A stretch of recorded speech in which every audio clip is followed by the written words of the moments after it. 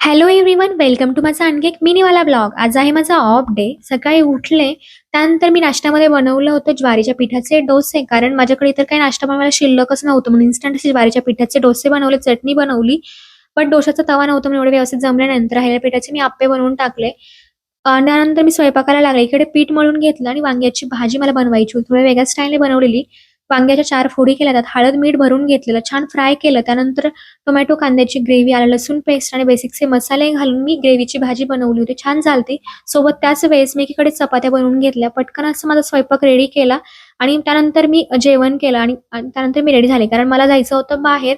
छान असं face wash, moisturiser, sunscreen apply करा आणि बी रेडी. छान असं पटकन रेडी झाले आणि त्यानंतर बाहेर गेले. माझं जे काम होतं ते केलं. येताना माळीवाड्यामधून फ्रुट्स आणि जे मला हवं होतं ते घेतलं आणि लवकरच निघाले. कारण वातावरण भरपूर असं ढगाळ वाटत होतं. जेव्हा मी घरी येण्यासाठी निघाले आणि घरी आले, तेव्हा माझ्या मनीचं मी आतमधून लॉक खोलत नाही, तोच म्याव म्याव सुरू झालेला. कारण तुम्ही मला सोडून गेलात, आले तर माझे लाड करा, मला अटेन्शन द्या, असं माझ्या खिचोचं ठरलेलं असतं.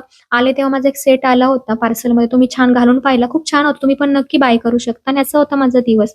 बाय. खूप सारी काळजी घ्या.